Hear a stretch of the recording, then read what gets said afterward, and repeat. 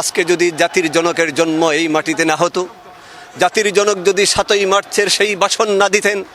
তাহলে আজকে আমরা এই গর্বিত স্বাধীন দেশের আমরা নাগরিক হতে পারতাম না। সুতরাং আমি স্বাধীনতায় আমার জন্ম হয় নাই, আমার জন্ম স্বাধীনতা উত্তর দেশে, কিন্তু আমরা বঙ্গবন্ধুর স্বপ্নকে আমরা লালন করে আছি, বঙ্গবন্ধুর স্বপ্নকে আমরা ধারণ করে আছি, এবং বঙ্গবন্ধুর আজীবন আমৃত্যু আমরা বঙ্গবন্ধুর স্বপ্নকে লালন ধারণ করে এই দেশকে বঙ্গবন্ধুর স্বপ্নের সোনার বাংলা হিসেবে গড়ে তোলার জন্য জননেত্রী বিশ্বনেত্রী শেখ হাসিনার নেতৃত্বে আমরা এই দেশকে আমরা সামনের দিকে এগিয়ে নিয়ে যাব, এবং আমরা এই দেশের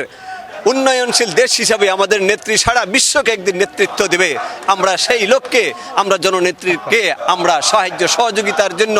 আমরা সবসময় অকুতোভয় সৈনিক হিসাবে আমরা এক পায়ে দাঁড়িয়ে আছি। পিতা মুজিবুর রহমানকে আমরা দেখি নাই, আমরা দেখেছি তার প্রতিচ্ছবি।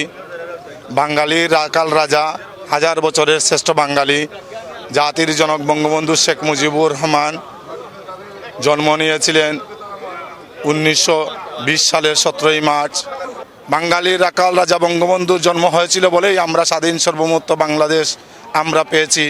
আমরা পেয়েছি বিশ্বের মানচিত্রে লাল সবুজের পতাকা, আর আমরা পেয়েছি বিশ্বের মানচিত্রে স্বাধিকার আর স্বাধীনতার সার্বভৌমত্ব। তাই আজকের এই দিনে তাকে শ্রদ্ধার সাথে স্মরণ করছি। আমরা আজকে বঙ্গবন্ধুর 101তম প্রতিষ্ঠা বার্ষিকীতে বঙ্গবন্ধুর প্রতি শ্রদ্ধাঞ্জলি জ্ঞাপন করছি, এবং বঙ্গবন্ধু পেশাজীবী পরিষদ সবসময়ই আমরা